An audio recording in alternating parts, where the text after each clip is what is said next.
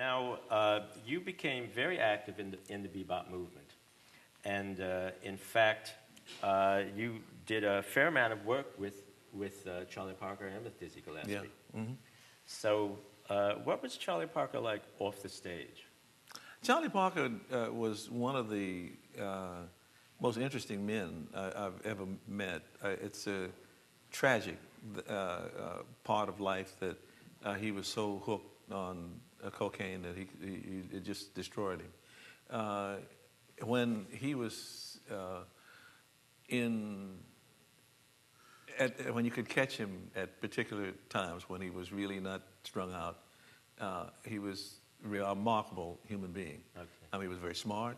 I don't think he had any more in the high school education, but he read a lot, and he knew, he had experienced a lot, and he related all of that to his music and to he was a remarkable human being.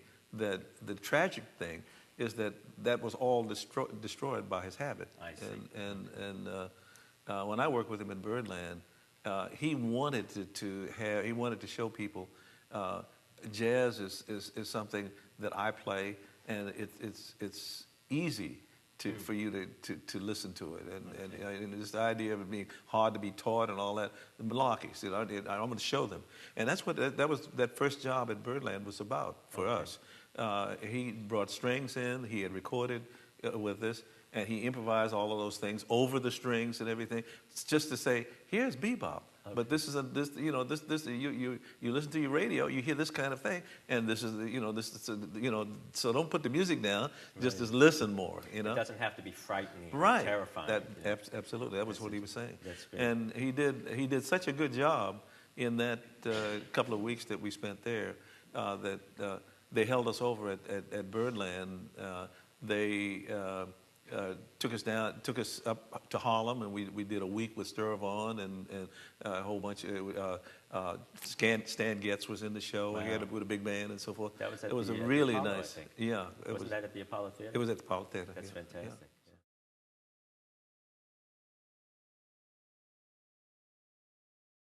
Yeah. Right in my eyes, when I look up, I'm seeing this guy, and it's Ben Webster. And I knew Ben from his Duke Ellington days. I had never met him. Okay. I had seen him with Teddy Wilson when I was in college, but I didn't get to meet him then. So and because I didn't know anybody, I was just one in a crowd and listening to Teddy Wilson's band. Anyway, here he is standing there, and I said, gee, myself, I'd really like to be playing something there other than chords, But he came over, stood right by the piano, and looked over my shoulder. I said, yeah, okay. All right. So and I didn't know then, but Ben, when he was young, was a pianist. Right. So he was checking me out, actually, what I was playing, literally what I was playing, And so after the set was over, I had played maybe 8 bars here and there, and I hadn't really played anything. So he said, he introduced, he said, I'm Ben Webster. I said, yeah, I know. He said, what are you doing?